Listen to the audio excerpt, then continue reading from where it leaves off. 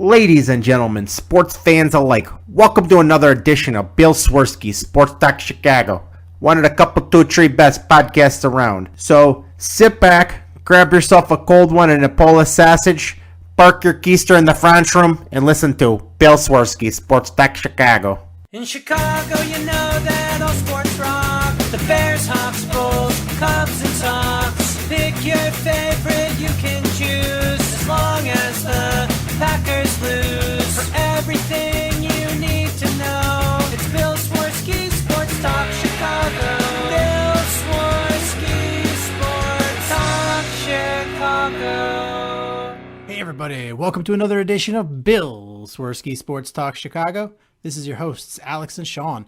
On this episode, we are going to smash the Cubs, just viscerally. We'll talk a little bit of pre-draft Bears. We'll talk big White Sox news, a little Blackhawks, a little Bulls.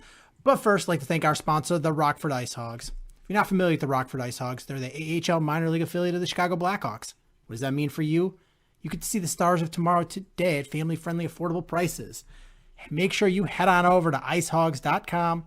Get yourself a hat, shirt, jersey, and tickets for when you're able to go, and more. Tell them Swerski Sports sent you.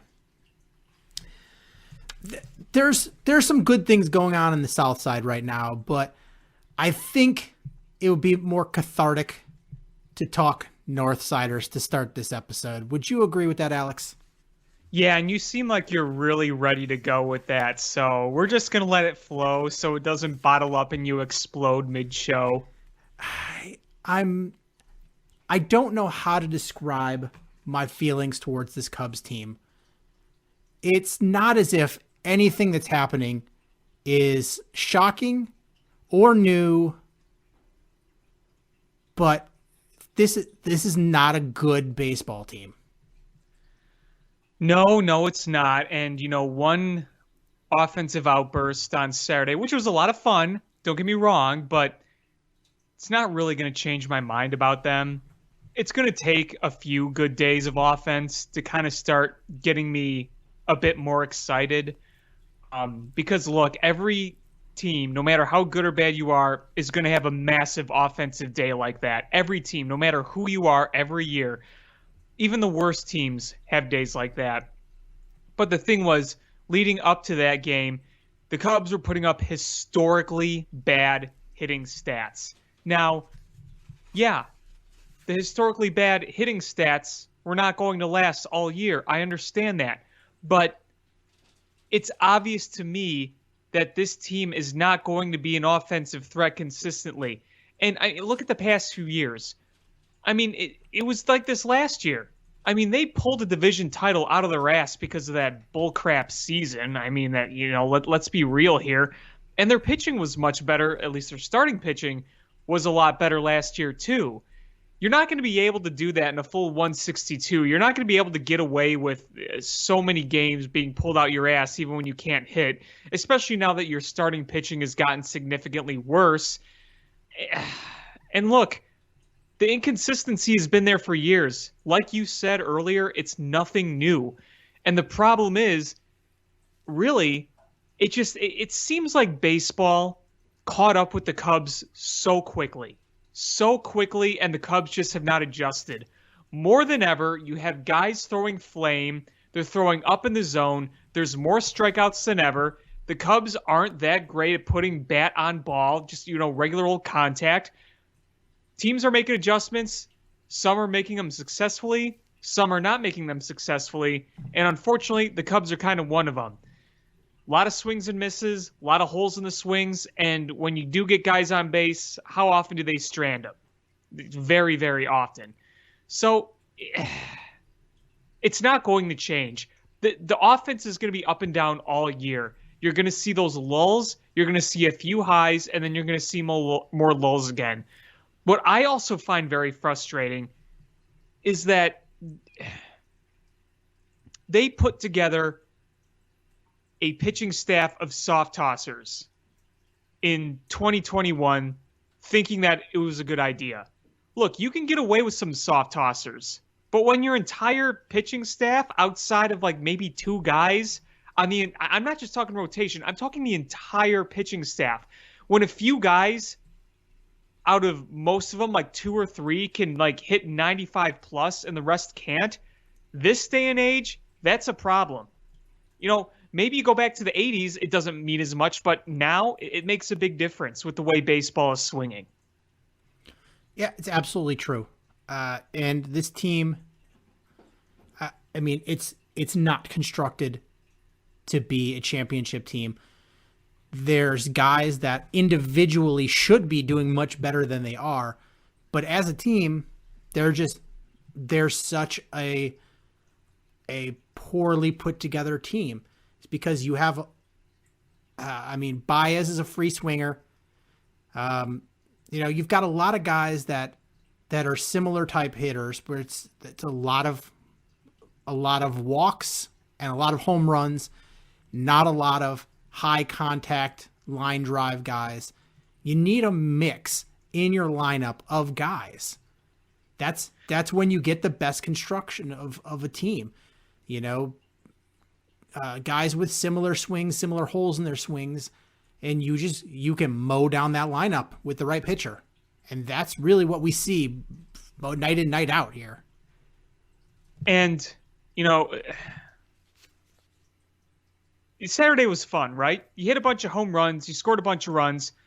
I'm not going to deny that it was fun. It was fun to watch. It was great. But, not to be nitpicky on something good that happened, again, it was all on the long ball. Almost everything was scored on the long ball. You're not going to be able to do that every time out.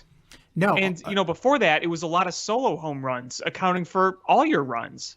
Yeah, the Cubs pretty much this season the vast majority of their runs have been home runs.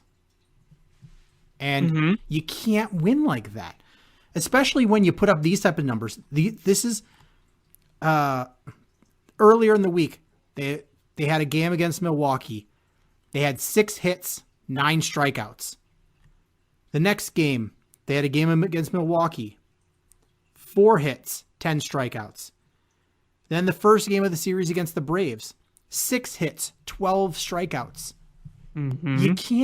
You can't keep playing games where you're striking out versus hits are 2-1 in the wrong direction. And you can't keep the line moving that way, because at least if you're making contact with guys on base, whether they're a hit or not, at least you can use in contact play to move runners over. If you put guys on and you're striking out or popping out, that's not going to do you any good. Case in point in tonight's game, David Bodie, Cubs are down 6-2. David Bodie leads off with a double. And you're thinking, all right, you got a man in scoring position with nobody out. But then Kyle Hendricks bunts back to the mound and they throw Bodie out. That's pretty much like a strikeout right there, because you did the opposite of advance. It's worse. It really is. It's worse. You're not advancing the runner. You take over at first, so you're no longer in scoring position. So and a worse like base runner. Yeah, exactly. So it's so counterproductive. And you watch other teams, and you just see teams putting nice, smooth, easy swings on the ball. If the ball's inside, they'll do an inside-out swing. If the ball's outside, they'll go down and get it. And they're not hacking for the moon every time, where the Cubs, oftentimes, some of these swings by Baez this year, man, it literally looks like the bench warmers, if you've seen that movie. Yeah. The bat's flying out of his hand. That's like the scene where Clark swings, the bat goes flying out of his hand, and it hits that dude in the swimming pool with the chips. This is not even a knee-jerk reaction, because this has been a reaction based on multiple seasons of, Jay Bruce just announced his retirement. Yeah, I saw that. It is an opinion that's been based on several years now. I don't want them to extend anybody from this core. Right now, it almost feels like I just want these guys to play well to up their trade value. I mean, that's really, and to be honest with you, the three best trade pieces we have are doing well. Bryant, Bryant's doing well. Contreras is doing well. Craig Kimbrell is doing well. And so those are your three that are your best trade pieces. They're doing well, and that's the best you can hope for. You hope that they can stay doing well through the trade deadline, maximize what you get. And I love Anthony Rizzo. And maybe you keep Anthony Rizzo if he wants to stay through another rebuild. But I don't know how you award a long-term contract to Javi Baez, because I don't think he's the type of hitter that you need during a rebuild. Well, the thing with Baez too is, and I don't know if you heard this, they just announced this right before 2020. They gave him like an extensive offer, an extension, and he turned it down. And it wasn't like a cheapie either. Yeah, I don't know how you feel like he's worth it. It's tough. It's tough to pay all that money to that guy when he's a very streaky hitter. Sure, he's a great defender, and that's not going to change, but the holes in his swing are not going to shore up as he gets older. They're going to get worse as that bat speed slows down. Yeah, it's hard for me to turn on El Mago like that, because it wasn't long ago where he was one of the most exciting players in baseball. But man, you see some of those swings, and look, it's hard when people can pitch to your weaknesses. Like, there are times when Baez will be served a pitch on like an 0-2 count that floats in the zone, and he rips it. And I'm thinking, why the hell would you throw within like 10 feet of the strike zone when you're 0-2 to him? And that's what worries me, is more and more in the future, I think, players are going to stop doing that. Yes, look, Baez has a very good glove. He's got a great power stroke, but the strikeouts are growing alarmingly again. And I just wonder, I can't help but wonder if we've already passed the peak of his performance. 17, 18, 19. That was the peak of his performance. I'm not saying he can't be productive in the future, but I don't think we're going to see MVP candidate again, frankly. I don't think he's the type of player that's going to be able to sustain that type of play when you are such a big free swinger like that in an era where there are more hard throwers and wicked movements than ever before. It's kind of hard for me to visualize right now. And I mean, if he took something really cheap to stay, okay, but if he turned down a really big offer before 2020, then I don't think he's going to come back at a hometown discount, frankly. That's my opinion. Is I don't hate Javi Baez. I can't see the rationale in paying him a lot of money, because he's not a centerpiece of a team. And if we're going to rebuild, then I want it bare bones, tear everything down, and not we're going to keep these couple of guys and see what we do. No, is get rid of, sell everything you can, and you got to get better. You got to get better trade value than you got for you, Darvish. You got to. Well, here's the thing. That's what I'm worried about too. Now, again, this rebuild talk is still kind of hypothetical. I don't want to fully throw in the towel on this year, but I'm like 90% sure they're not going anywhere. So let's say, for all intents and purposes, the Cubs still aren't competing by mid-season, and the guys we just mentioned have the trade value. But still, I mean, look at the past few years with big players being traded. Look at the returns they're getting. The days of Aroldis Chapman's for Gleyber Torres, I just feel like those days are over, man. I think no matter what, this is just a sad reality. No matter what, I think that a potential return for a trade with one of these guys, I'm not saying it's going to be awful. I just think it could be underwhelming for what we're hoping for. I'm sure. It always is. The only thing I'll say, though, is we tend to see a lot of these big blockbusters happen in the season. You know, when it's trade deadline and a team really needs something. The Cubs were going all out in 2016, so to get a reliever, they gave up a top prospect. You know, will there be a team out there looking to do that? Maybe. But I don't think we can expect a Chapman for Gleyber Torres or a Quintana for Eloy Cease type deal. Yeah. Even if the player's doing really well. That's because we don't have a Cubs to trade with. Yeah, exactly. We don't have a Theo to trade with. But yeah, I mean, I just see this team as don't have any expectations. I'm not declaring that they are going to absolutely be completely out of it by July, but they absolutely could. I mean, one of the reasons I'm not completely sure is, like we've mentioned on this show many times, no team in this division looks like they're without significant warts. I mean, look at the Cardinals' pitching. It has not been good at all. The Brewers' offense has not been very good.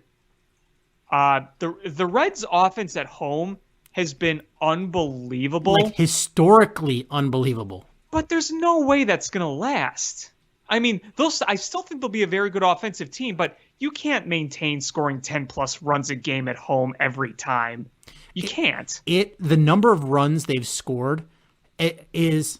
I was listening to it on Hit and Run this morning. They were saying something like, for the short-term amount, no team has scored this many runs since the Boston Bean Eaters. Yeah, they were saying that because I was listening to yesterday's Cub game on the radio, and Pat Hughes was talking about that. He's like, Ron, the last team to do that was the Boston Bean Eaters. Now, that's a good-looking logo, I bet. Bean Eaters. And when you hear Boston Bean Eaters, you know that was a long-ass time ago. Yeah. And so it's, my concern with the Cubs is we've seen, we talk about, at some point, everybody was, hit a bad season and it all happened at the same time. And you're like, historically, that can't happen. Everybody's going to come back to the mean. Mm-hmm. And it's just not. It's not. And the pitching is not good enough. The starting pitching and none of the pitching is good enough to mask the bad hitting. Yeah, this rotation is not good. Zach Davies is garbage. Kyle Hendricks, hasn't gotten into the Kyle Hendricks groove yet. Arrieta has pitched okay, but he's an old arm, and he's been that commit. I don't know. I just okay. I think if he was your 4 pitcher, you wouldn't be complaining. No. But he's your 2 pitcher. Right. Look, I love Jake, but when the command gets really wild, that really spells trouble. And he's faced the Brewers and the Pirates so far. I just cringe thinking about when he has to pitch at like a Great American Ballpark, or he has to face the Cardinals or the Dodgers or the Padres. The Dodgers are just killing everybody. That team, I'm almost like, you know what? Why should I even be mad about the Cubs? Who the hell is going to beat that Dodger team? Like, seriously. I don't know. It's gonna be a dogfight with the Padres. But as good as the Padres are, I just think the Dodgers are still miles ahead of them. The Dodgers are ridiculously good. Yeah. But that's one of those things is like, even if the Cubs were to somehow win this division, what in the world do you expect them to do against the Dodgers or the Padres? Oh, they get their ass kicked. Like, get their asses kicked up and down. And as it stands, is they're struggling against their division, which is not a very good division. And they haven't even played the team that's winning the division yet. No. or the team in second place. They've played the third place team and the last place team. Yeah. Oh man. And going back quickly to the rotation, I saw that first inning that Kyle Hendricks had where he gave up 4 home runs, and you can just tell the way he was throwing. He didn't have it. He was getting behind in the count. There was no movement on his pitches. He wasn't locating, and when he threw it in the zone, it was flat right down the middle, 87 miles an hour. And there's clearly something wrong there. So let's say you have to IL him, and you might have to bring in an Alec Mills. Now, I've liked Alec Mills out of the bullpen / an occasional spot start, but if you have to rely on Alec Mills without Kyle Hendricks, that's going to be tough. And you know what is part of me is like, I'm sort of glad they traded you Darvish. I wish they would have gotten better return, but is I think his pitching masks how bad this team is. Well, one of the reasons they won the division last year, one of the big reasons was because of Yu Darvish's pitching. Right. And you have a legitimate ace on your staff. It makes you better. Just makes you better. And Sure. And you take that ace away and you have still have the same warts on offense. And you don't have somebody to mask that. You replace him with you move everybody up and you bring in 5 years removed of Jake Arrieta being good. And that's what you got. And this is at the end of the season, they're going to be a middle of the division team. Yeah, and I know you mentioned Zach Davies. That frustrates me because how many times did that guy own the Cubs? Soft thrower. Yep. And, I saw Zach Davies' first start as a Cub in person. It looked really good. I'm like, all right, maybe we'll have something decent here. Because if you look at Zach Davies' overall career, it's been solid. It hasn't been bad by any means, but his last 2 starts have been just brutal. Yeah, like Gary texted me the other night, and he was just like, he's like, the Cubs are better than the White Sox. And it was the the night that they were Giolito versus Bieber, and I was like, okay, you're getting mowed down by Bieber. He's a legit good pitcher. And Bieber is sick. And he had everything going. Like the strike zone, he was getting all the calls, and his command was legit. And they put out a boneheaded lineup against him with Lamb, and we'll talk more about that. But I'm like, we're getting mowed down by some rando on the Brewers. Yeah. Like, so don't compare the two. Yeah, Shane Bieber's ridiculous. Like, that guy is he's really good, and he was like, that night everything was going for him. Everything. Yeah. But the rest of the rotation too. Edward Alzolay, he's frustrating because I feel like there's been more good than bad. It's just when things go bad for him, they go bad. You know what I mean? Yeah, absolutely. And now Trevor Williams, he's kind of, to me, he feels like a poor man's Jason Hamill, where he's that guy that's been around. He's not going to blow anybody away. He's not going to just, he's not going to be super great, but he can give you some decent starts.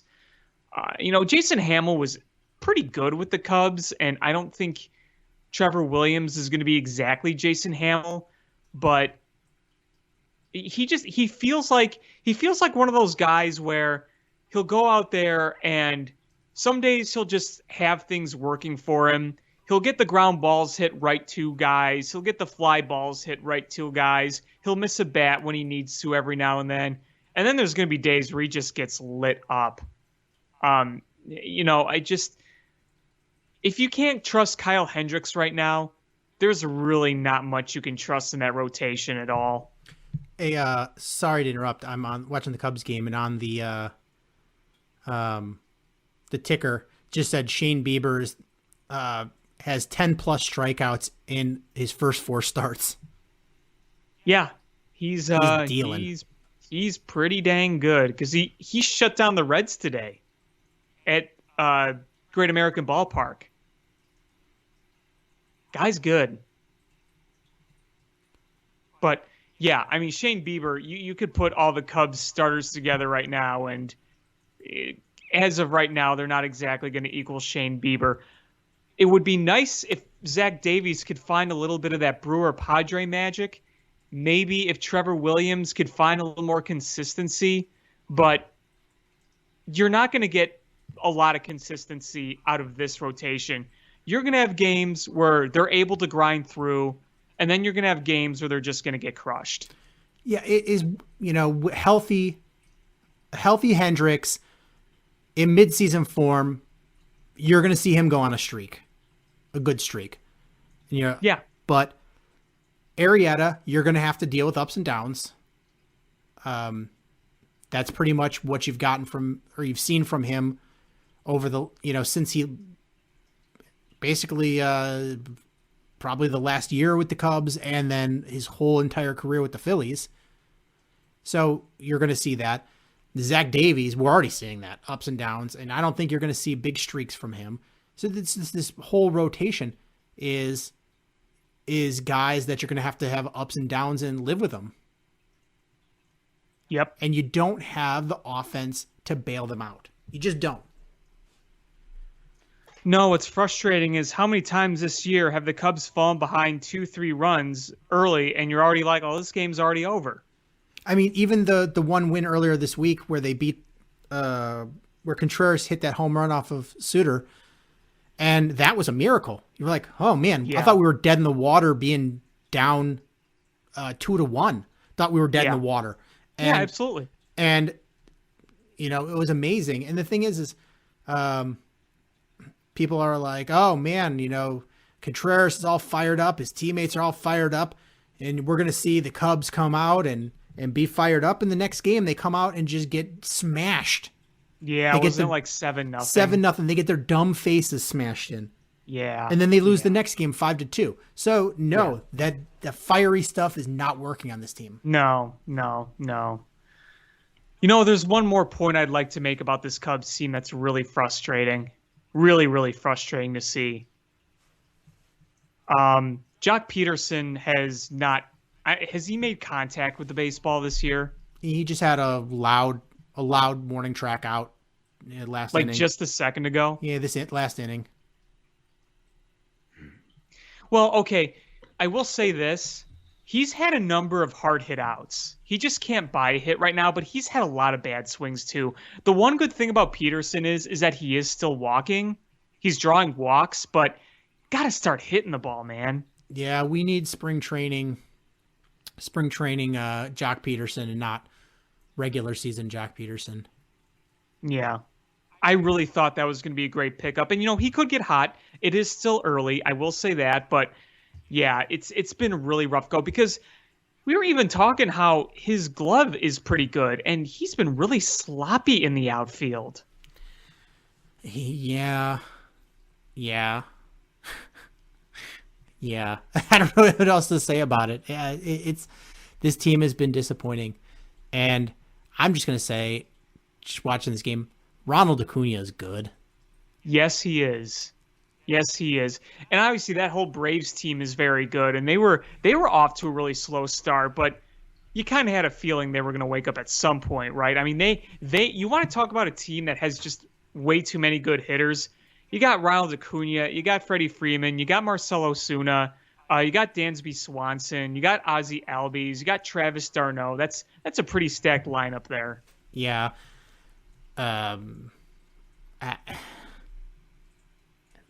It's tough to match up with these teams. The Cubs have a lot of big names, but they have not been big time.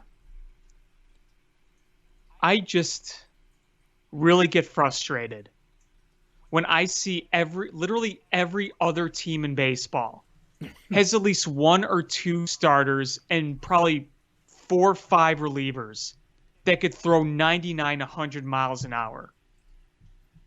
And the Cubs don't. Like they don't like velocity. Even when Theo was here, every time they try to develop somebody, every time they try to bring in somebody on reclamation, outside Yu Darvish, outside Aroldis Chapman, he'd be getting a slew of guys that would top out 92, 93 maybe. Like I know the old saying is location, location. It's a different game now, man. You gotta have guys that could blow smoke by people. And not just smoke, but with some movement on it, because Garrett Crochet is still throwing smoke and guys are starting to hit him. Which is true. Yeah, you got to have some movement. And we'll talk about him a little bit, but the Cubs don't. They don't have any I always remember, being like 13, 14, 15 and watching a game, and whoever the Cubs were playing, they'd bring in somebody as a middle reliever. And this was before Steve Stone went to the other side of town, and it would be like, Stoney would be like, he's a big, hard throwing right-hander coming in for the Reds. And it was always a big, hard throwing right-hander as your middle reliever. And I was like, man, that formula has just always worked, and we don't use it for some reason. No, and I mean, it's frustrating because it is more important than ever. At least mix it up. Mix it up. Yeah, I mean, they wanted to bring in all these reclamation projects for the bullpen. Why didn't you go after a Trevor Rosenthal? I think he's hurt now, but still. I mean, you're getting guys like, that maybe throw 93, 94, maybe. I don't know, man. It's tiring after a while. Especially when you see other teams' junkers shut us down. That's the sad part, is we've looked like hot garbage against a middling Brewers team and a terrible Pirates team. Mm-hmm. And then then you're gonna have to play the Mets after this. And man, is Eric Sogard terrible.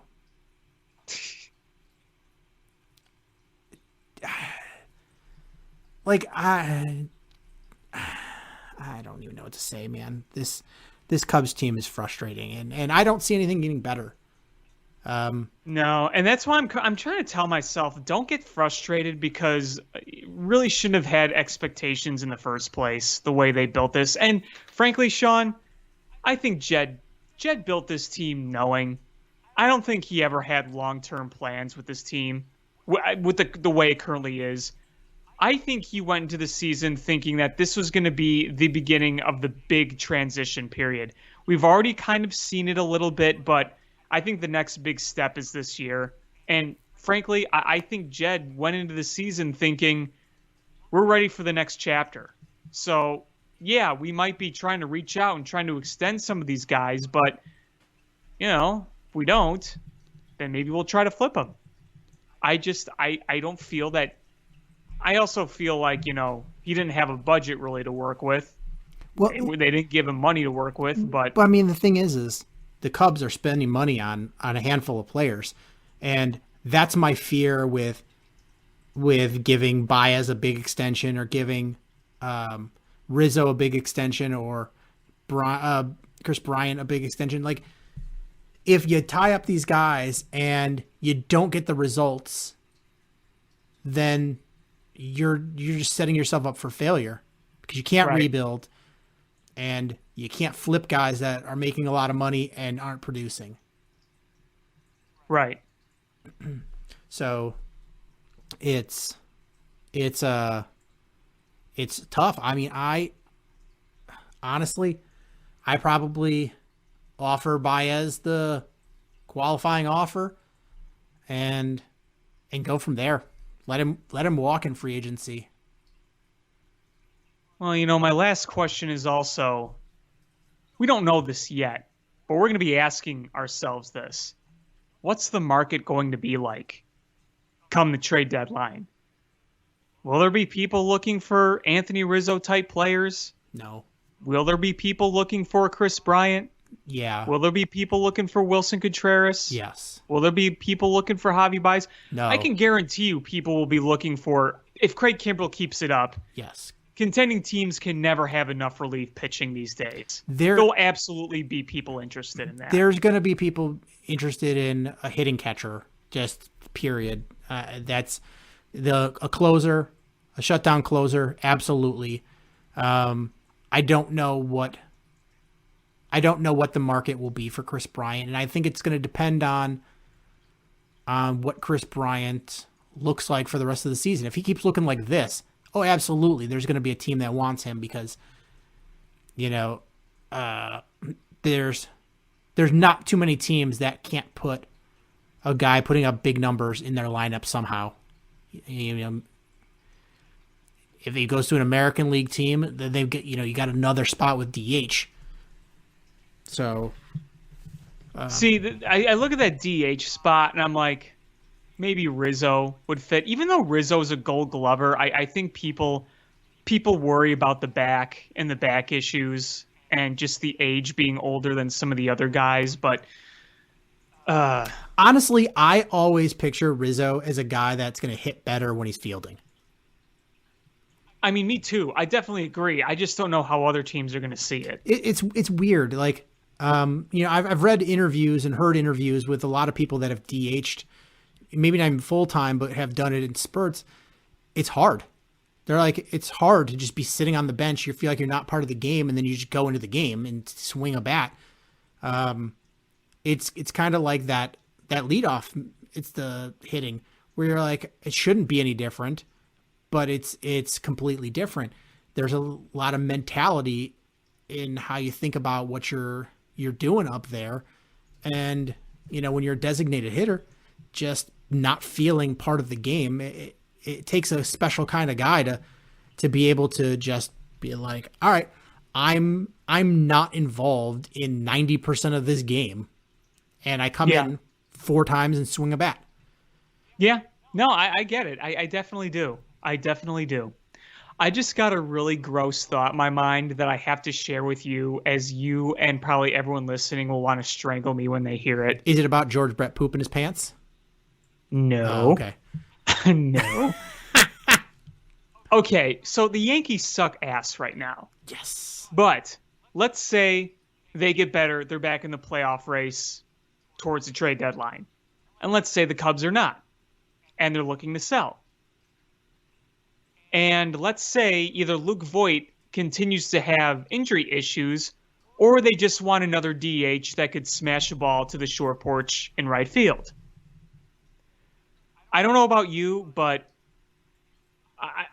I could definitely picture Anthony Rizzo in Yankee pinstripes. Not that I'm saying that I like it, but if there was somebody to make a trade for a guy like Anthony Rizzo, the Yankees would be one of those teams I feel like that would. That's a gross thought, and I don't like it. I know. I don't like it either.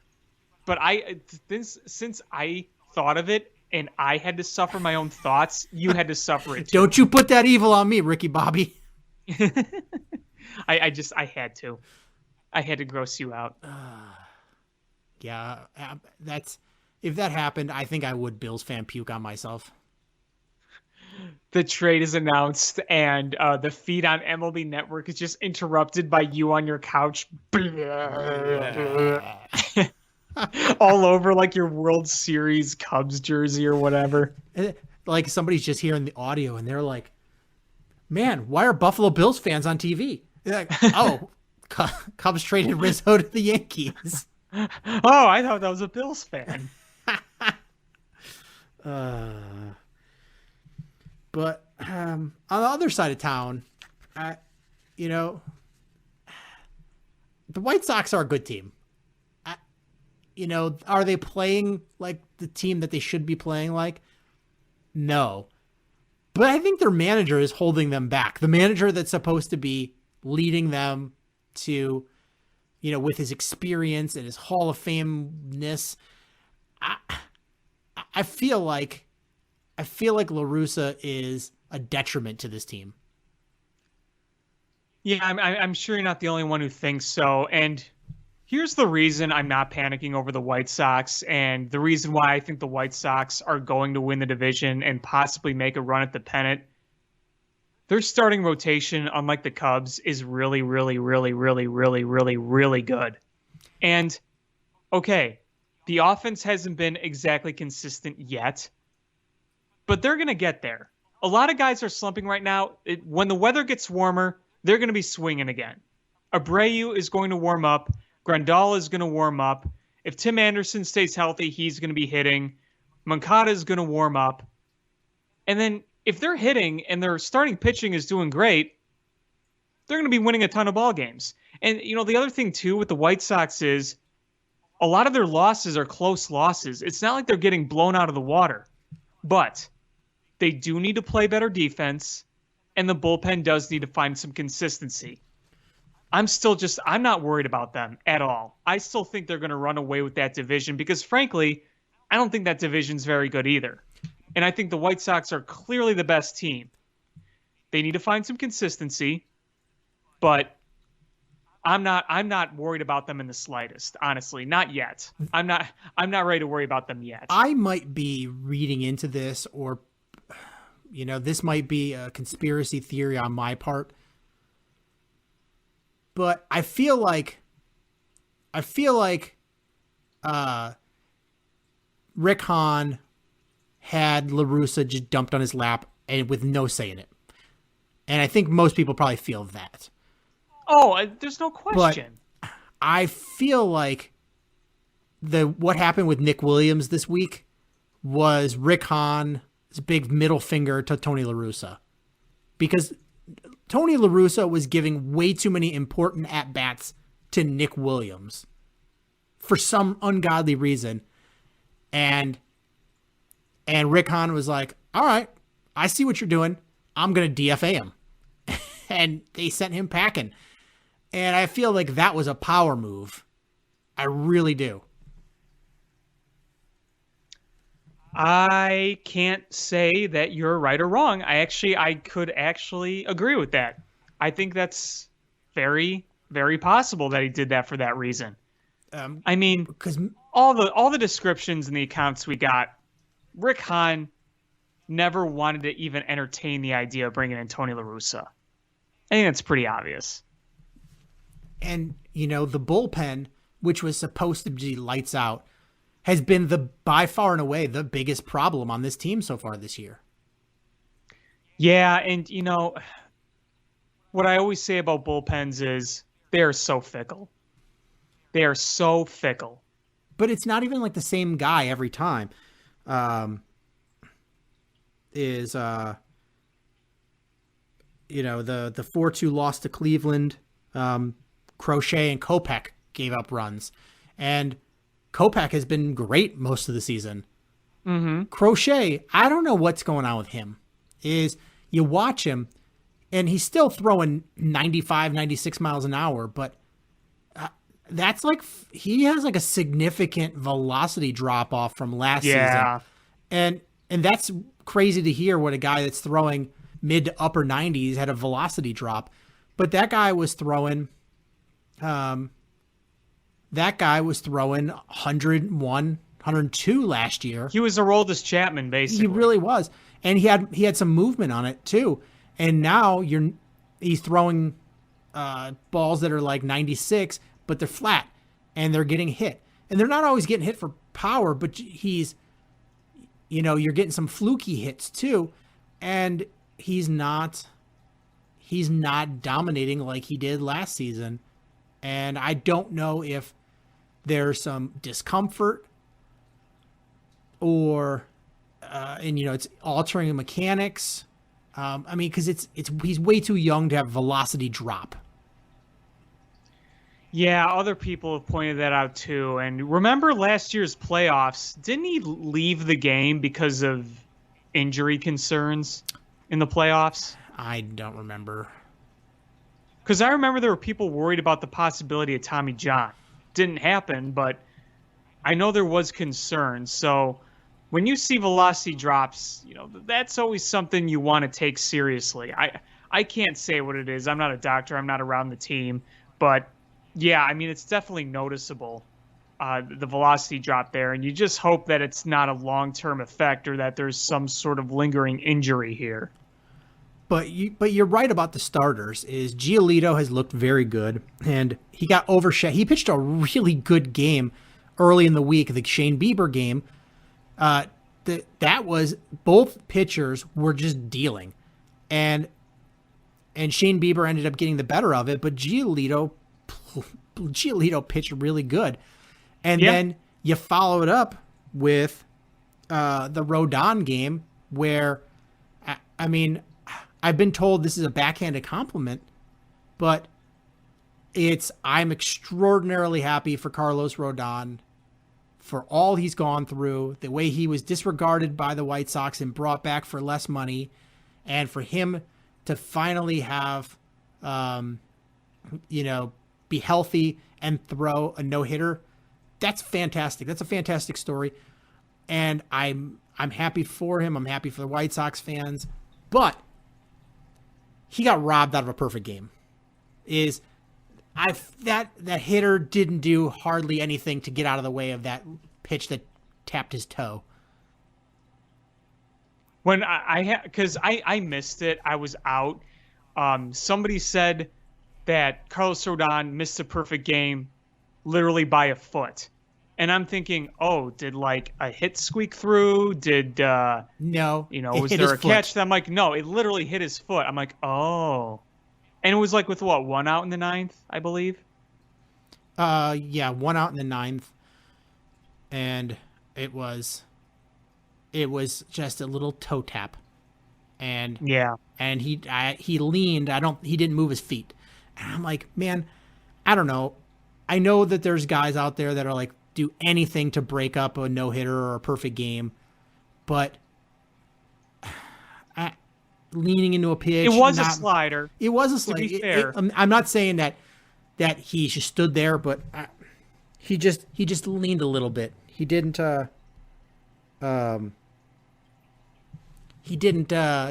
shuffle his feet. And I don't know. Maybe this is me. Maybe I'm crazy. Maybe this is part of the reason why I don't play in the majors. I would have been, if that was me, I'm going to break up a perfect game with a hit or a walk. And if that was me, like, nah, it didn't hit me. Didn't hit me. I don't think they would have argued with you either because it was so close. And but I feel bad. Here's my opinion. When you're in the box and you have a slider dipping in, it's hard to know where that thing's going. So I just think he wasn't able to react. I really don't think he intentionally tried to get hit. I just think the slider went in. It's hard. Sometimes it's hard to judge when it's coming in at you, and it just hit his foot. Oh, I don't think I don't. I mean, if I made it seem like he did it on purpose, that wasn't my intention. But I feel like he didn't do a lot to get out of the way. He didn't do anything wrong. He just didn't do a lot to get out of the way, and it wasn't like the hardest thrown, slider, and it didn't just drop in there. You watched it. You right from his hand, you knew it was going low and inside. So I'm like, get out of the way. And the pitch before it was, just missed his foot as well. So it was back-to-back pitches right there. I don't know. It was a bummer. I would have loved to have watched the perfect game and would have loved to see Rodon have a perfect game. But hey, a no-hitter is great. And it's, looking back in the league, there's like 2 to 3 no-hitters a season. So this is still a really big deal, and I'm happy for him. And you know what I think is kind of a shame? Because I still think no-hitters are a big deal and they should be celebrated. And, Rodon was throwing great that night. I saw the highlights. He's throwing, the stuff looks legit good. He's throwing with more velocity, more movement. It's more of the dominant stuff. It's not like he was getting when he struggled, when he had some good games, it was kind of fluky at times. He was getting lucky outs, but these were not lucky outs. Like so far in spring training and this season, he's legit looked dominant, like the guy they got. So I think it's fair to say that he's kind of coming back to form, which is good for him. I'm just talking no hitters, because I think no hitters are very special and they should be celebrated. I just think it's a shame. And Sean, you know this. To some people in modern baseball, no hitters don't mean anything anymore. And I think that's sad. It is sad. And they are a special thing. There's just, there's not that many in a season. It's, they just don't they do get overshadowed by perfect games, because those are, double rainbows or unicorns. I mean, look, I get that there's been a numbers revolution in baseball. I understand that we understand baseball, anatomy of a ball player, excuse me, more than ever. Because there are baseball experts out there and teams and managers who will say, look, here are all these data points right here, here, and here. Here's all these studies. This guy might have no hitter going, but we got to pull him in the sixth, because this data and these trends show that if we leave him in, then this, and this is going to happen. So on one hand, I get that you want to try to follow the latest studies. I just think it's a shame that some people don't really care about no-hitters anymore, or they're kind of dismissed as not a big deal.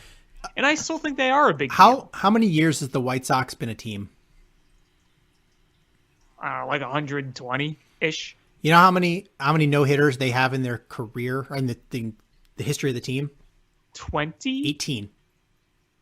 That 18. That includes Carlos Rodon's from the other night. Why did I think it was 20? I don't know. Anyway. And only one team, and the White Sox have quite a few. They do. Only one team has more no-hitters in their franchise history than the White Sox. Who's that? That would be the Dodgers.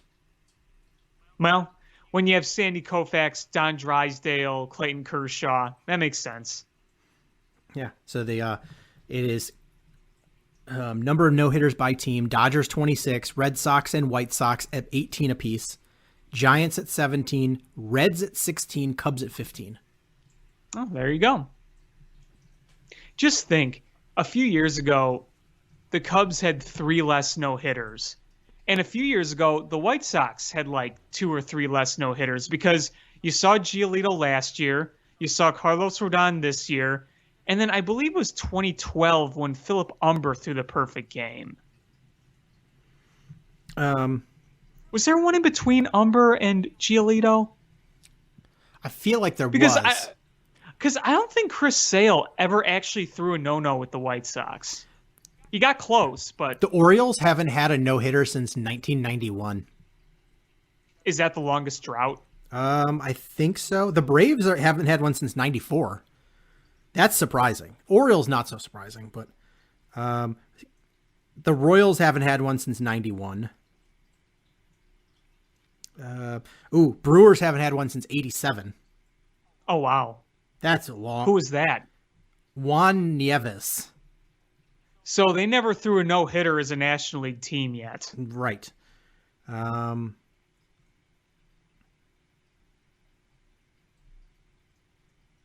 Yeah, that is 87 is the longest streak. Well, the Cubs had that really long streak of never being no-hit. You remember that? Yeah. And that ended at the hands of Cole Hamels in 2015. Yep. Indians haven't had one since 1990. That's surprising. And they've had a lot of good pitchers. Yeah, I mean, you've Corey Kluber and Shane Bieber. Like, they've had some good pitchers. And the last one... No, I'm sorry. I'm looking at who they played, the Indians. The Blue Jays haven't had one since 1990. And that was Dave Stieb. It was against the Indians. That's I was reading that backwards. Okay. Yeah, Indians, when was their last one? Oh, wow. Indians haven't had one since 1981. Oh, my goodness. Who was it? Len Barker. I don't know who that is. And it was against the Blue Jays. Oh, there you go. Here we go. Arizona Diamondbacks, their most recent no-hitter was Edwin Jackson in 2010. That's when he threw like 180 pitches or something ridiculous. The Braves' last one was 94, and that was Kent Merker. Oh, so it wasn't even one of the big three. No. The Orioles' last no-hitter wasn't even one pitcher. It was a combined one. It was Bob Malacky, Mike Flanagan, Mark Williamson, and Greg Olson. Wow. The tight end? No. The double G the double G Greg Olson. And then he was released by the Orioles because Mike Martz took over for one day. The Boston Red Sox last no-hitter, John Lester. 2008, right? Yep. Yeah. The Cubs' last one was Jake Arrieta in 26. No, wait. No, last year, Alec Mills. Alex Mills. Yeah, sorry, this must not have been updated. It's from Sporting News. Oh, yeah. So this just hasn't been updated. Yeah, this was from the end of the 2019 season, so it didn't include last season. Well, big note, Joe Musgrove, who threw a no-hitter just a few days before, that was the first no-hitter in Padres history. Huh.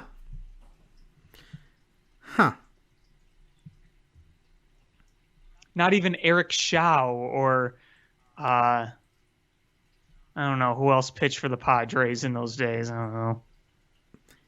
When I think of Padres history, I just think of Tony Gwynn.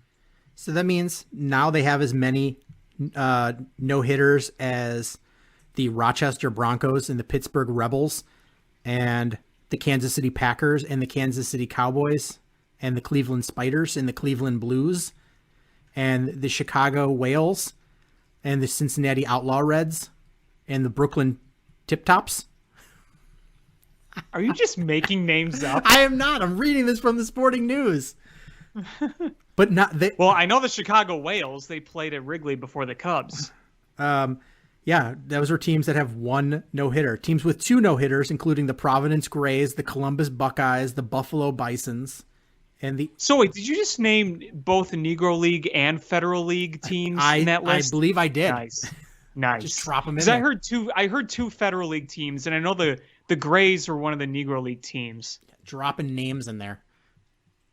Classic teams. But I don't know. The White Sox, the lineup construction is Nick Williams getting too many at bats, and that's not going to be a problem anymore because he's gone. Why is Lamb in there so much, and why are they taking away at bats from Andrew Vaughn, who needs to be? He's a young hitter. You opted to put him on this team. You need to give him the at bats. I agree. Even if he's not and hitting. I think everyone else feels the same way. I don't understand old man LaRusso logic. He's like, get off my lawn with this team. Well, yeah, he's 76. He's probably schnockered. He's sitting in that dugout like he's in the movie Gran Torino. Get off my lawn. Get off my lawn. He's really Clint Eastwood from Gran Torino over there. Man. Freddie Freeman, opposite field hit since 2016. He's fourth in all of baseball. Really? Yes. Did ESPN just flash that They stat? did when he just got an opposite field hit. Of course. Oh, God. This Cubs He's really good, though. I mean, he's good. There's just so many good hitters on this stupid Braves team. Yep. Imagine if you took this offense with like the caliber of the rotation they had in the 90s with Maddox, Glavine, and Smoltz. I mean, those teams didn't have bad hitters either. No, they didn't. They had Chipper Jones, Andrew Jones. I think they had Rafael Furcal for a little bit. They had what's his face? He came to the Cubs and then stunk. The shortstop, Jeff Blauser. Yeah. Because with the Braves, Jeff Blauser was pretty good, and then he came to the Cubs and was just bleh. That really happens with most people. Yeah, it does. They had Chipper Javi Jones. Lopez. Yep. Um, It didn't matter who you were a fan of. It was impossible to be a baseball fan and not love Chipper Jones. you know, my friend Matt, his dad, I apparently went on a hunting trip with Chipper Jones as part of their church group. Like, you know, I'm like, that's the weirdest story. I'm like, I need to know more details on this. I just picture Chipper Jones wearing a big hunter's hat with the flaps and the orange vest, and he just got that Chipper Jones grin on his face. And he'd wearing bright orange vest. Got a bird whistle in his mouth. When you just said that, oh look, more runs scored by the Braves. When you just said that he went on a hunting trip with Chipper Jones, or knew somebody went on a hunting trip with Chipper Jones, I'm like, that is the least surprising thing ever. Oh, man. Best switch hitter of all time, I think so. The Mick? No? Yeah, good point. Good point. Well said. One of the best switch hitters of all time, no doubt. Rock Reigns? Yeah, okay. Robbie Alomar? Eddie Murray? Lance Berkman? Don't you dare say Lance Berkman was better than Chipper Jones. Lance Berkman. Don't you dare. Don't you put that hee-haw over Chipper Jones. I could never stand that guy. Chili Davis? Are you just trying to piss me off? Though, okay, Chili Davis was a pretty good ball player, but Jorge Posada? You are really putting those guys over Chipper Jones? Francisco Lindor? Would you shut up? Jose Reyes? Ian Hapter. Wait. I'm going to throw a legit one out there. Okay. Peter Rose. Pete Rose. Better hitter than Chipper Jones. I keep forgetting.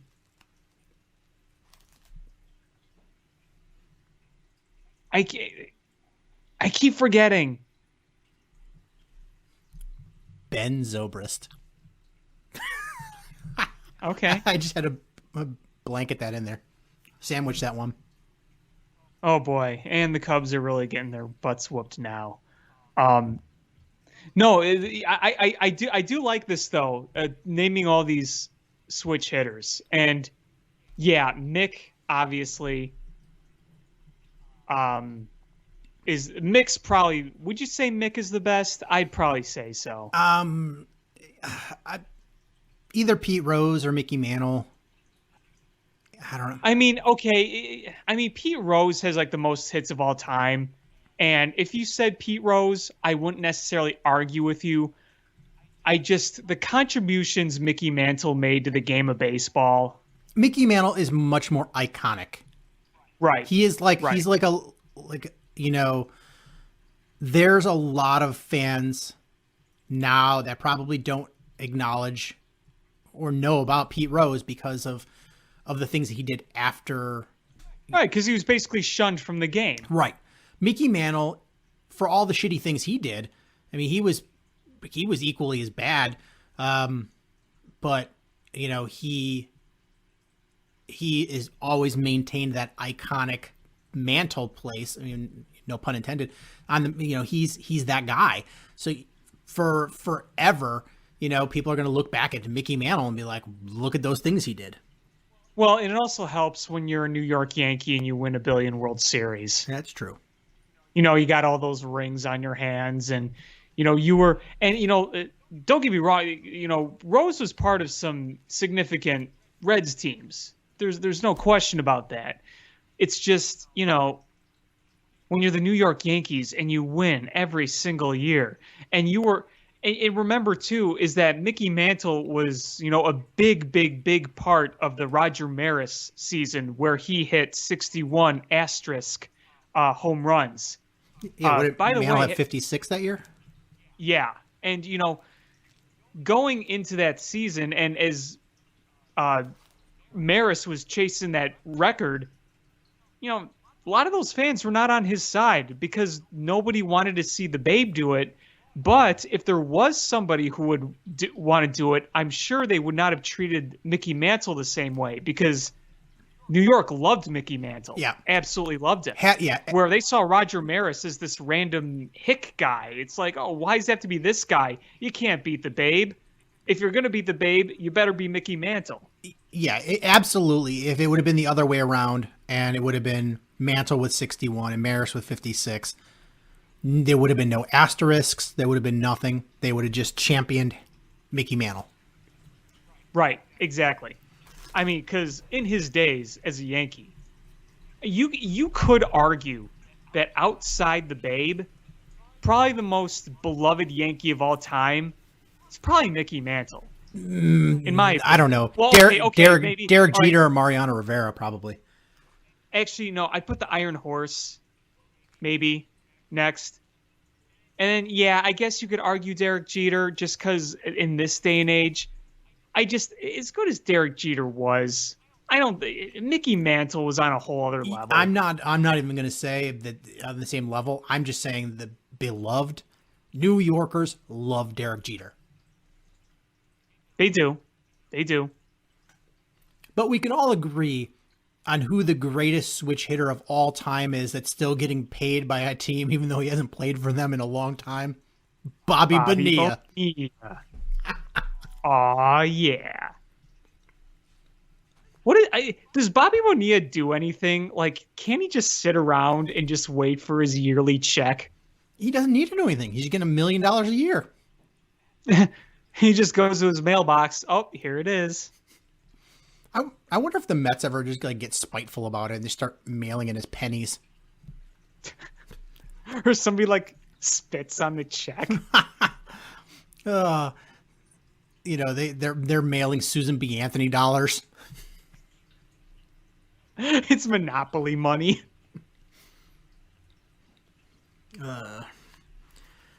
All right.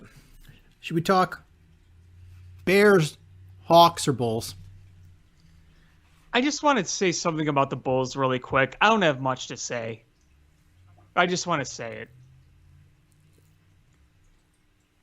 I was excited for the trade, and I still think it was the right move, and I think it will be the right move going forward. But I'm gonna admit, man, my excitement really has come crashing down because this team is still really effing bad. And frankly, I'm almost at a point where I don't want to give a crap about the Bulls until next year. When you have a full season with a new regime, it's my meatball brain is just trying to tell me same old Bulls, even though it's not technically the same old Bulls. It feels like the stench of the Garpax era is going to take a lot more scrubbing out than we thought. Because this team is still not... They're 3-9 since the Vuk trade. You watch the games. You watch the games, and they're just so sloppy. You're not seeing the same movement. Pat Williams has clearly hit a rookie wall. I think he's just tired.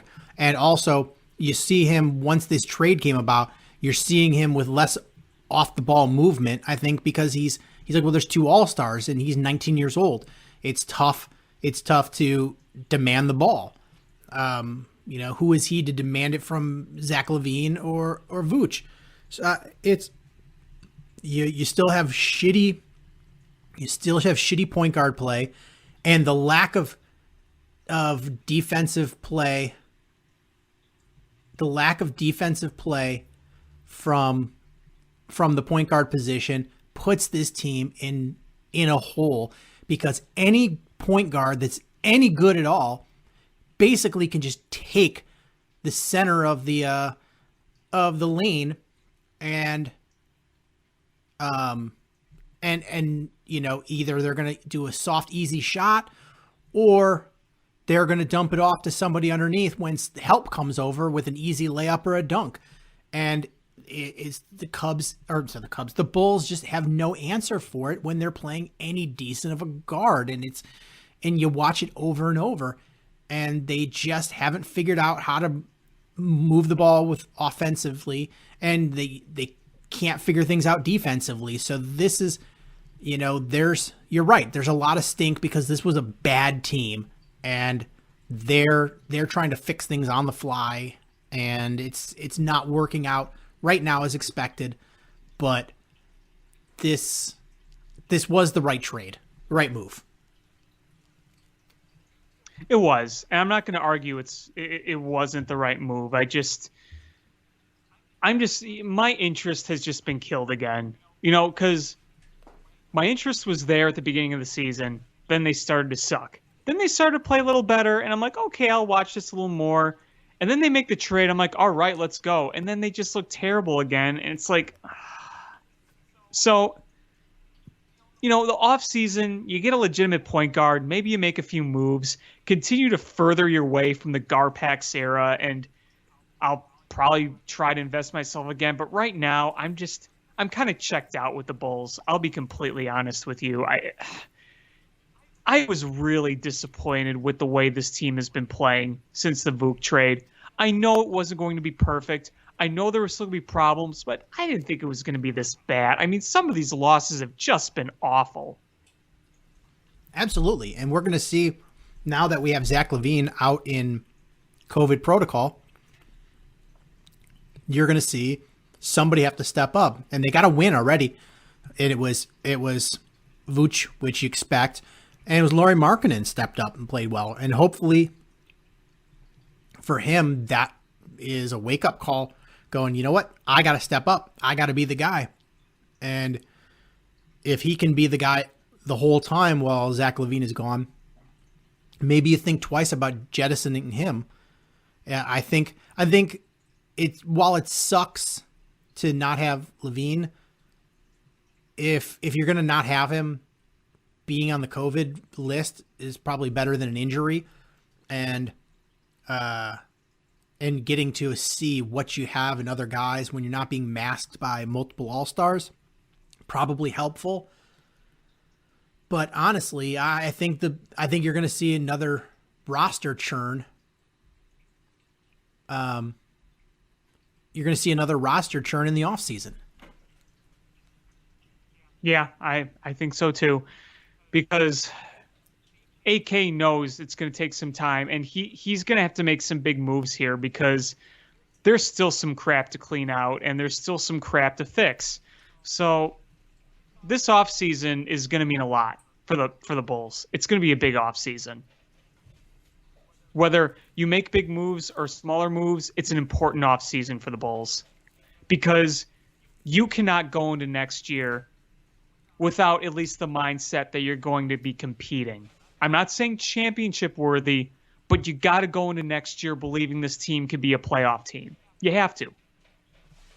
And excuse me. You feel like with the ability that they have in this offseason with money and some of the players that they can add, I feel like they can be having the offseason to gel a team, not requiring major additions at the trade deadline. I feel like you will have better results. And I think, and I would be absolutely shocked if Lonzo Ball isn't their primary target in the offseason.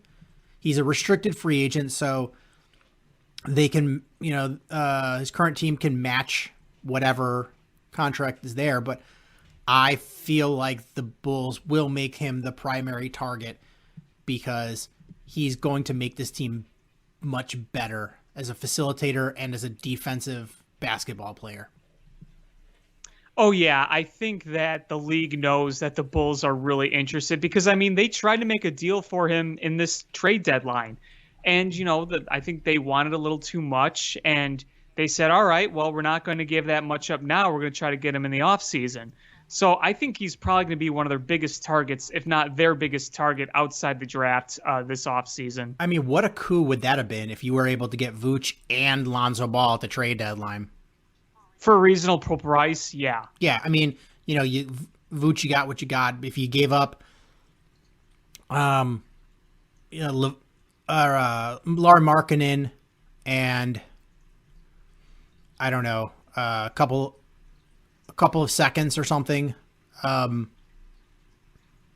maybe some cash, I don't know, and you got that deal done for Lonzo Ball, I think that would just be a coup.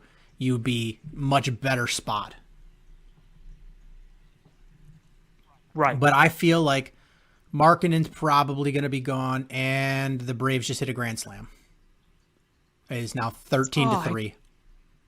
Wow, it is literally the opposite of yesterday. Who is it off of? Tapera, who hit 2 batters to block the bases. Ironic. It is. I think Markkanen and Kobe White are probably going to be gone from this team next year. Yeah, I would not be surprised. I have tried to hold out hope for Kobe White. I even bought his jersey. Probably shouldn't have done that, but I was holding out hope for him. I don't know. I think we're kind of past the giving him a chance point. He shows flashes, but just too many inconsistencies and mistakes and bad decisions. He's never going to be a good defender, period. No. And no. He's not, his shooting is way too inconsistent to be that guy that's like your spark guy. It's just too streaky. You need somebody that's going to come off the bench and be a consistent scorer, and he's just not that guy. Yeah. It's frustrating to see. I really had high hopes for him, but you gave him his chance. He started. You saw what he could do, and it's not consistent. Yep, and you see what happens is, he's a bench guy now, and the 7th overall pick shouldn't be a bench guy. No.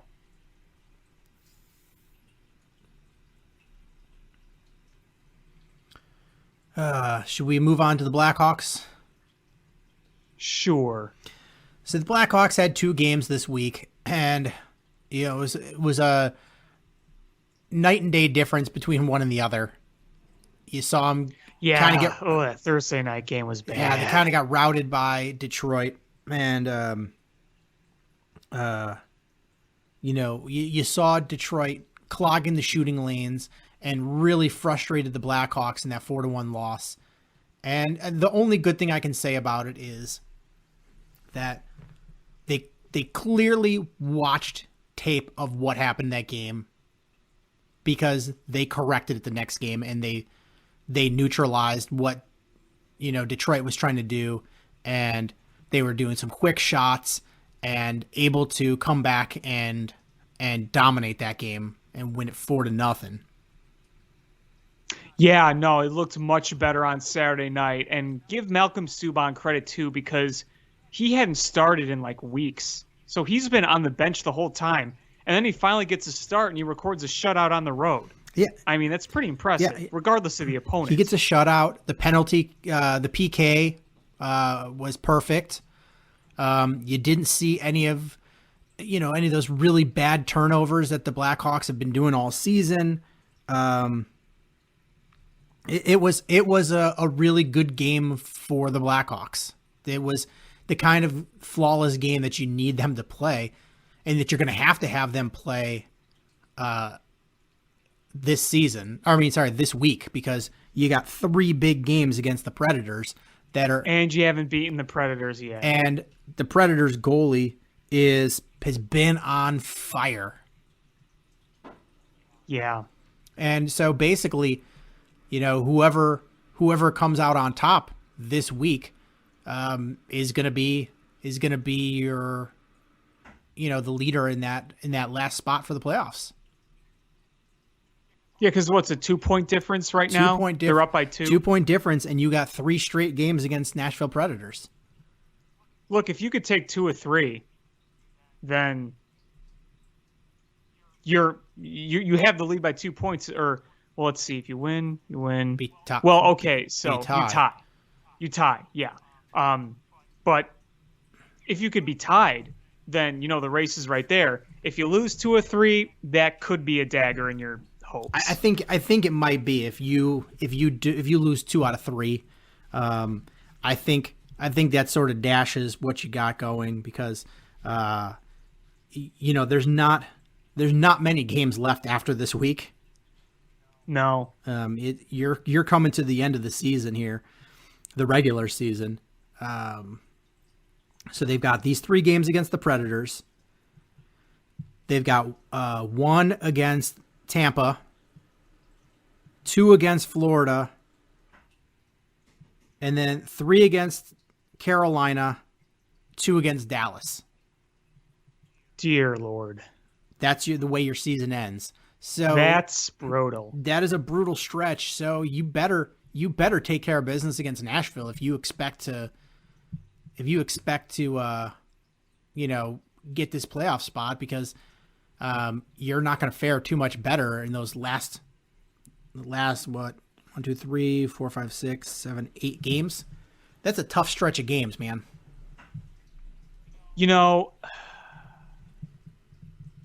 I don't know what's going to happen. Hockey's a weird, fluky game.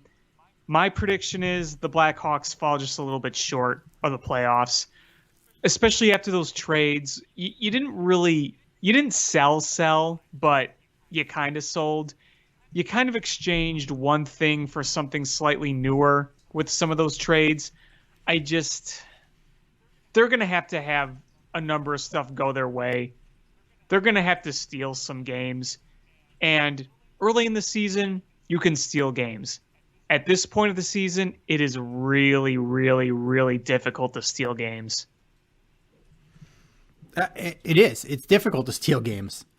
And one of my hockey friends, hockey fan friends, was posted this picture on, a day or two after the trade deadline, and it was the NHL Trade Deadline tier list.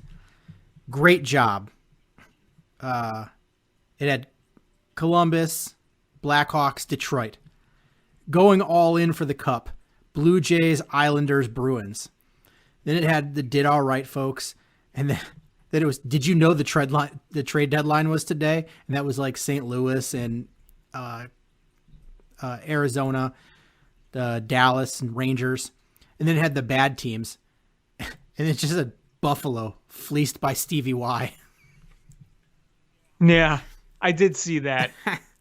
But the Blackhawks trade deadline was good. It wasn't.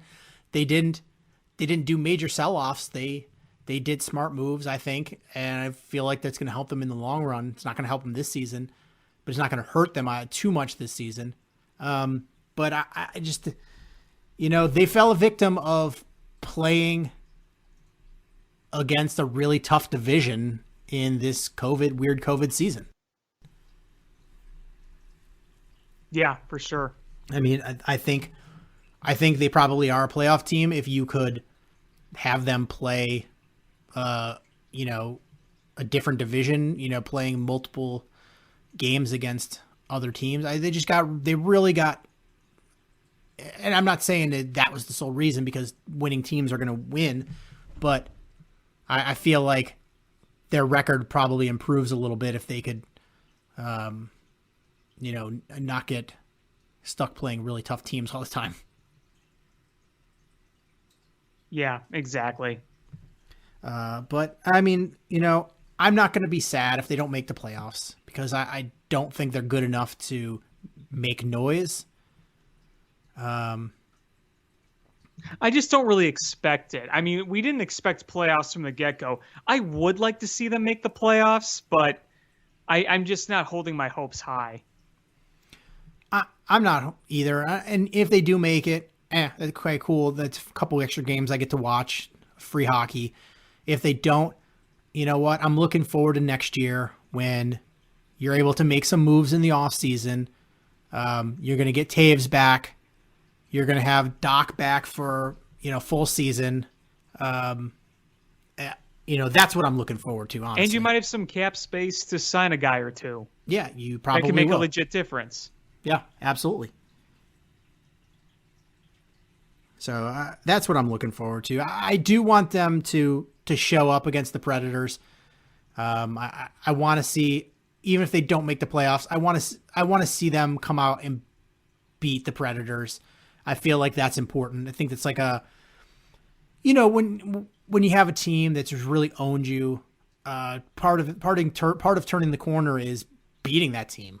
Yeah, for sure. And that's a team that's dominated you, and you gotta punch them in the mouth, and hopefully they can. It'd be great if they could just take all 3 games, but if they can take 2, I'm happy. I agree. Regardless of what happens the rest of the season, if they don't make the playoffs, even if they win those 2 games, I think that's important. Yeah, for sure. Because, if you lose to Florida, you lose to Tampa, you say, you know what, those guys are light years better than us. Tip your cap. They did what they were supposed to do. But you want to beat your division rivals, your normal division rivals. Yeah, absolutely. Absolutely. You want to beat them. And that's especially when they've beat you, good this year. They've really kicked your ass this season. Yeah. Again, you don't even have a win against them yet. But you've really got a tough schedule there, because after the Predators, it is 6 of your last 8 games are against the 3 teams that are light years better than you in your division. And then you get the Stars. Yeah. Not easy. It's funny. So in this division, the goal differential in the division, the Red Wings are -42. Blue Jackets are -40. The Blackhawks are -12. Predators are -9. The Panthers are +20. The Lightning are +34, and the Hurricanes are +36. Wow. It is such a have and have not in this division. Wow. It's amazing the Blackhawks have the record they do with that goal differential. It really, what's crazy? I guess their record's not that bad. The Rangers have a pretty decent record, but they've got +33 goal differential, and they're behind the Capitals, the Islanders, the Penguins, the Bruins. Bad division to be in. Yeah, they've got 52 points, and they are, in the middle of that pack. Oof. Dang. Holy cow. Avalanche have a +53 goal differential. Yeah, I think I saw somewhere they were ranked number 1 in the current power rankings. Yeah, Golden Knights got to be up there. I don't know. I don't know. The playoffs are going to be weird this year, but I think they're going to be fun. I think so too. It would be really great if St. Louis doesn't go on another run. If St. Louis never goes on a run again, I'm okay. In any sport. You heard it here first. They got their first cup a few years ago. Fine, whatever. It felt like they were due. Let them have that one, and that's it. You know what? I won't be so mean. It's fine. If they want to go on a winning streak with their NFL. Oh, wait. They don't have an NFL team. Oh. Middle school type burn from Sean. I will take it. We'll take it. Burn. Your boring city doesn't have an NFL team. But Green Bay, Wisconsin does. Let that sink in there.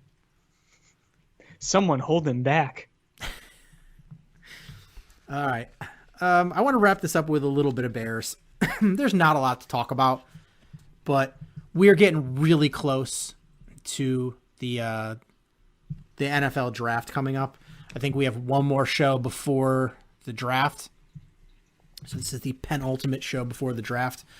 And you're really seeing the Ryan Pace formula where when there's positions. See, this is one thing where I can't hate on Ryan Pace. Is he likes to go into the draft not being in a position where he has to draft somebody at a certain position.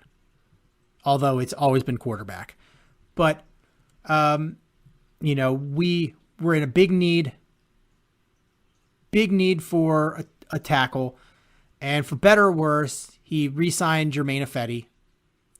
So it's a guy that could play it if need be. Big need at a cornerback. He re-signed Artie Burns as a former first rounder, veteran. You had needed quarterback. Better or worse, you went out and got Andy Dalton. You needed a wide receiver. They went out and got Marquise Goodwin. So it's basically, sure, those are all positions you could upgrade, but you're not in a position where you're like, crap. Like, if you're in the first round and, somebody fell because every team is drafting quarterbacks, you're not stuck in a position like, crap, we do not have a tackle. We absolutely have a gaping hole at offensive tackle. I have to bypass, if Kyle Fitz somehow magically falls and you're like, we have an elite tight end. Like, this guy is probably the third best talent in this draft. He falls to us. And you're like, but crap, we have a giant gaping hole at tackle that we need to fill. It at least puts you in that position where you can still do the best player available in the draft. That's the one thing I can say about Ryan Pace, is I can appreciate that, where he's putting himself in the position of best player available. It's what he's been doing during the draft that's annoying. And signing Andy Dalton to $10 million and having to cut Kyle Fuller, and I could go on, but there's a lot I of get your terrible point. things. Yeah, but at least this one thing he does, I have to give him some credit for, is putting himself in the position to be able to draft best player available. I think that's the right thing to do, is going in and being like, I'm drafting this position, which, you hear the fans talking and you're like, oh, they need to draft tackle in the first round and cornerback in the second round. And like, that's not how that works. Is, what if a big run on tackles goes before you draft and Caleb Farley falls to you, or the cornerback from Alabama falls to you, and you're like, I have the best cornerback in the draft that falls to me. Well, why would you take like the fourth or the fifth best tackle when you could have the first best corner? That's silly. Calling out position that you should take in what round really is a disservice. Sure, if you could pick the way that you want the draft to go, of course you would love to see a good quarterback fall to you, or the best tackle fall to you, where the best player available is also your biggest position of need. That would be, a great thing to happen, but the draft doesn't always work that way. So you put yourself in the best position you can be. Yeah, no, good points. They're good points. It's just I'm just approaching this Bears draft, and my hopes are just very, very low for everything. I don't expect anything great. I don't expect anything exciting, but either way, it's the NFL draft, and I'm always excited for it. So I'm kind of in the just get it over with so we can all start getting mad again. I mean, my fear is the Bears, Ryan Pace, knowing that his job is in real jeopardy, is going to go, fuck the next GM. And I'm trading next year's first. Maybe the next 2 firsts. I don't care. He's trying to put himself in the best position right now. And I think he's going to try to make a splash and move up to get one of those top 5 quarterbacks. I think that's what he's going to do. Wants Mac Jones. Oh, man, I am praying that the 49ers pick Mac Jones at 3rd. I don't think anything bad about Mac Jones. To trade a lot of draft cap. If Mac Jones fell to 20, I'd go, nice. Because again, I keep saying this, I think he's a high floor guy, but I think he's a better Jimmy Garoppolo, where he can win you some games, but he's not going to lose you any games. I think he's a better Jimmy Garoppolo. And so he's a definite starting quarterback. It's just he's not an elite starting quarterback, where I think the other 4 quarterbacks that are first round graded are guys that have unlimited ceilings. Like, they could all be absolutely elite. I mean, not saying they will, saying they have the ability.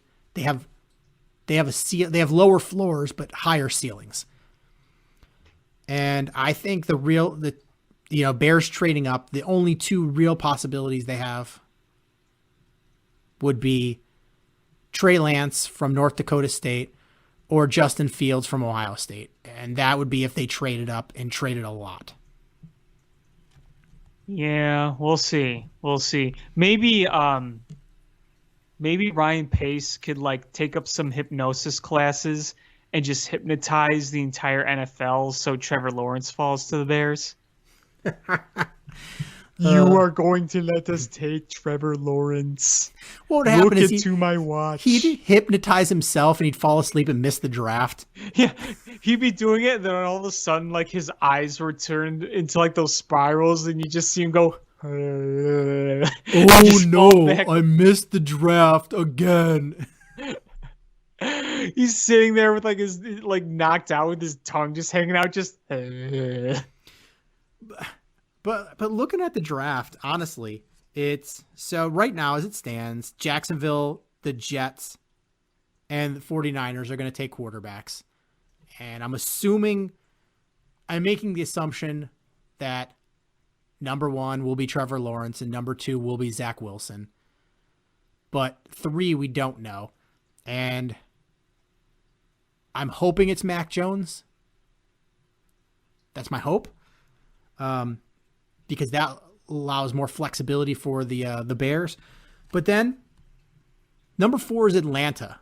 And I don't see them drafting a quarterback. As much as I think they want to draft a quarterback, how are you going to pay the number 4 pick quarterback money when you owe a lot of money to Matt Ryan? You can't cut Matt Ryan. You can't trade Matt Ryan because the dead money is so high. You can't. He's your quarterback for the next 2 seasons. So I think good, bad, or otherwise, you got to ride with him. So you might as well. I mean, Matt Ryan's still pretty good. I'm not saying that. I'm just saying I think they want to just start the rebuild because. I agree. And you can't. Matt Ryan you're stuck with him with that contract. So you might as well build the best team you can, unless you're gonna try to lose next year, and just trade back. That's a possibility if somebody wants to move up to 4, trade back. But if not, why not draft the best player available? And if I don't think those top 3 quarterbacks are the 3 best players in this draft. Sure, they're the 3 best players at the most important position, but there's a lot of good football players in this draft. And basically at number 4, you have the pick of every non-quarterback in this draft, and that's not a bad place to be. No, and I mean, just talk about the Falcons really quick. They got a lot of work to do, but if you still have a really good quarterback like Matt Ryan, I feel like you got to try to at least win around him while you still have him, right? Yeah, I mean, you're going to, like, you have the possibility of drafting an elite left tackle. Okay, that's not a bad spot. You could take a generational talent tight end. You could take the number 1 wide receiver in the draft. You've got that number 4 spot. Typically is, number 4 overall pick, you're going to get a good player, but you don't usually get the player of your choice. And I feel like this year Atlanta kind of has that. It's, the best non-quarterback team or the next non-quarterback player is yours to have, which is nice. Yeah. Cincinnati's next. They're not drafting a quarterback. They're going to build around Joe Burrow. The Dolphins have already said that they're not going to go. They're going to ride with Tua. Despite the rumors, they're going to ride with Tua. So you're not going to see the quarterbacks or the Dolphins draft a quarterback. Detroit is kind of locked into a contract with Jared Goff. So what are you going to do? You're not going to draft a quarterback number 7 and then have him just ride behind Goff. You don't think? No, I don't think so. I think it's a waste of a rebuilding team. Well, I think the Lions should do, frankly, I think they need to get some defensive playmakers. Yeah, and at 7, you're probably going to pick at number 7.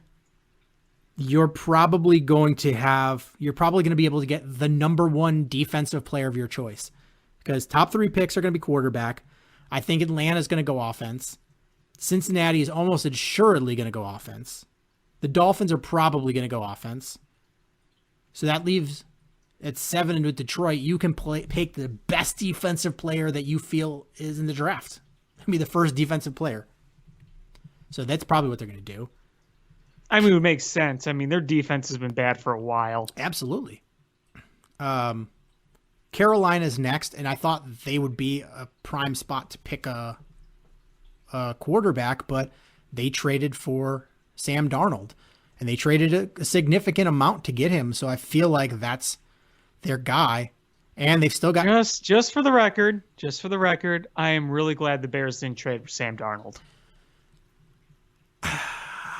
I am not opposed to Sam Darnold, but what Carolina paid for him, if you could have got give him up a 3rd rounder for Sam Darnold, and not sign Dalton, I would have preferred that. Honestly, younger, more athletic, and he just was in a bad Jets team, but. But could you imagine if Ryan Pace gave up the assets that Carolina did to get him? Oh yeah, I would have literally gone up to Hallis Hall and punched him in the throat. And then got on your stilts. And so, yes, I would have had my stilts there. So Carolina, I think, they're already paying Teddy B, and they traded for Darnold. So I think you're not drafting a quarterback there. Denver is going to be for the quarterback. Like, I feel like they have to be. And they're going to be in a position where they're like, man, I don't have to trade up, and I'm going to get, a quarterback. So that's my reasoning for hoping that the number 3 pick is Mac Jones, because I feel like Denver will probably take Trey Lance. That would leave Justin Fields for the Bears to move up to. So then it would be the Bears could trade up. Dallas isn't taking a quarterback. The Giants aren't taking a quarterback. I don't think Philadelphia will take a quarterback. The Chargers aren't taking a quarterback. You don't think Philly's going to take a quarterback? I don't think so. You think they're really in on Jalen Hurts? I mean, you just spent a 1st-round pick on the guy. So, I guess. I don't know how. I mean, he wasn't good, but it's hard to give up on a 1st-round pick quarterback like that. Well, not this quickly. Yeah. Then Minnesota is not picking a quarterback in the 1st round. just can't see that. New England. So I think the Bears would have to jump up ahead of New England. If Justin Fields or Trey Lance is still there, I feel like, yeah, you have to. At that point, New England will take a quarterback. You got to jump over them. And, whoever gives you the best, the best offer for, whoever you can give up the least amount to move up to. Yeah, Dallas, Giants, Philly, Chargers, Minnesota, probably not Minnesota. Whoever you can jump ahead of New England if Mac Jones is one of the top 3 picks. If Justin Fields or Trey Lance are still on the board, I feel like you have to. Other than that, if it's still Mac Jones, I don't know. I don't feel like it's worth the trade capital to move up and take him. Mm-hmm. I would rather hope that New England doesn't draft a first-round quarterback, and just hope he winds up there as 20. If not, you go look at tier 2. Guy from Stanford, the guy from Florida. There's other quarterbacks in there that I just don't want to see them give up a bunch of assets when they have a lot of holes to fill. Yeah, exactly. I think if they stay at 20, the most likely position you'll see them draft is either cornerback or tackle. Because there's a very good chance that they could get the second best tackle in the draft at the number 20 position, which is crazy to think about. They could potentially get the first or second best cornerback, and they could get the second or third best wide receiver in the draft at number 20. So I think there's going to be good value at number 20. I just hope the Bears don't screw it up, and that's a Bears thing to do, is to screw it up. I'm just anticipating for something to happen, whatever it is.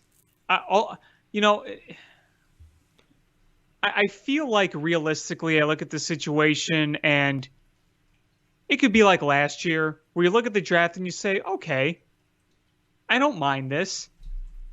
That's kind of where I'm hoping it's going to be. I just don't want it to be another disaster. My mind, just as a Bears fan, goes to disaster. Realistically, I think it's going to be an okay draft for the Bears. It'll be like, okay. Nothing terrific, nothing terrible. If I just don't want to see them sell the farm to move up. If if they move up into the top 10, I'm going to be pissed. If a quarterback falls between 10 and 15 and you move up and you get either Fields or Lance and you don't give up that terribly much, then I'll be okay with it. If they're going to make a splash, I just don't want them to make too big of a splash. No, I get it. I do. And I get the fear, because Ryan Pace is trying to save his job here. Absolutely. I understand. Nobody wants to get fired, and he knows he's going to get bounced if he doesn't solve this. And here's the thing. If he gets a young quarterback that is a quarterback that's drafted high enough where you feel like they're a quarterback, you're looking at them as the quarterback of the future. If you draft a Felipe Franks or somebody like that, the guy from Southern Methodist, where they're like 6th, 7th round quarterbacks, obviously you can't sell that as the future of your franchise. That's at best a backup. But if you draft a 1st or 2nd round quarterback, with this dummy ownership, you could, as Ryan Pace, legitimately go up to them and say, hey, I know I'm on the hot seat, but look, we just got what we think is going to be a stud quarterback in the draft that we need to build off of. And we are building the framework of something big here. And McCaskey's going to buy it. So, why in the world wouldn't you, if you're Ryan Pace, get that young quarterback?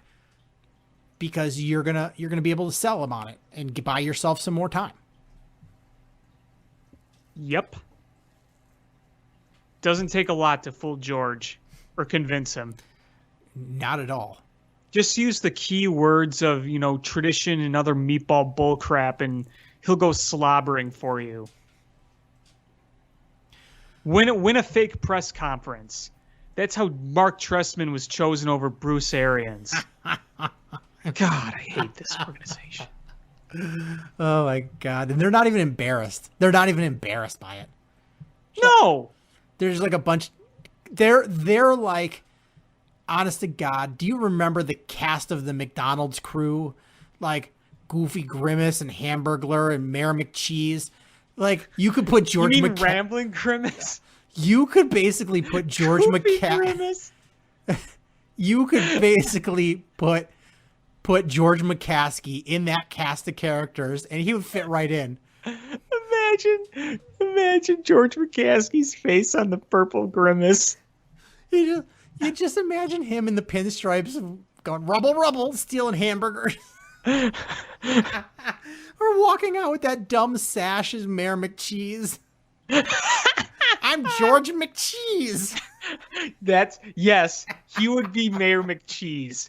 Ronald McDonald would be Virginia McCaskey. So it'd be McCaskey in like a clown suit with the red frizzy hair. Grimace could be Ted Phillips.